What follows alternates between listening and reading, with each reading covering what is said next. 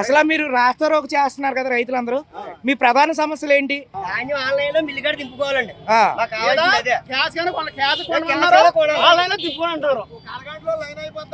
అదండి రైతు బాధ. మేఘాలు ఎలా ఉండండి, ధాన్యం ఎక్కడ పడితే అక్కడ ఉంది, మరి ఏం చేయగలమండి? రాత్రి తాటరా మేము దింపుకో, మీరు ఏం చేసుకున్నారో స్వామి బతికే ఉండదు. ఇంకా ఒక కాగితం లేదు, దాని మీద కట్టేద్దామంటే లేదు. అద్దె పరకం 50 రూపాయలు అద్దె. మా పరిస్థితి ఎలా ఉందంటే కోసారు పొట్టోళ్ళు పొడుగోళ్ళు అందరూ, దారి తలంపాలు లేదు. ఇప్పుడు ఏదైనా వాన వచ్చేస్తే అన్నీ తడిసిపోతాయి. ఏదో రకంగా కట్టబడి దాన్ని మిల్లుకి తోలుకుందామంటే అసలు సంచులు ఎత్తలేదు, సంచులు కూడా ఎత్తలేదు. మిల్లు కాడికి వస్తే గేట్లు తాళాలు వేసారు. మా పరిస్థితి అంతా ఇబ్బంది పాలైపోయాం. మమ్మల్ని సహకరిస్తే మేము ఈ తుఫానుకి ఈ వానలకి ఏమి లేకుండా మేము సరి అవుతాం. లేకపోతే సర్వనాశనం 50,000 పెట్టుబడి పెట్టాం.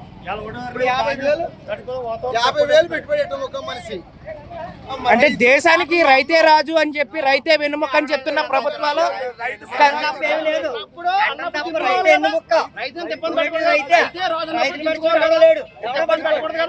ఇమీడియట్ గా తక్షణమే రైతుల దగ్గర ధాన్యాన్ని ప్రభుత్వం కొనుగోలు చేయాలి.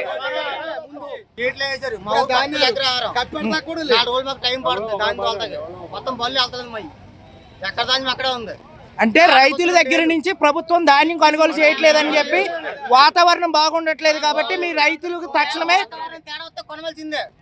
రాత్రి నిన్న వాన కురిసింది, మళ్ళీ రేపు తాటలు వెళ్ళమండి.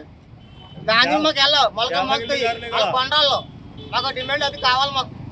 అంటే ఇప్పుడు నేషనల్ హైవే నెంబర్ 16 పెరవల్లో ఉన్నాము. రైతులందరూ కూడా ఈ డిమాండ్ చేస్తూ ప్రభుత్వానికి మీరు వినయించుకుంటున్నారు.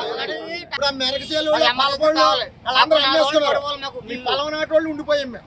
మా పరిస్థితి పొట్టోళ్ళు.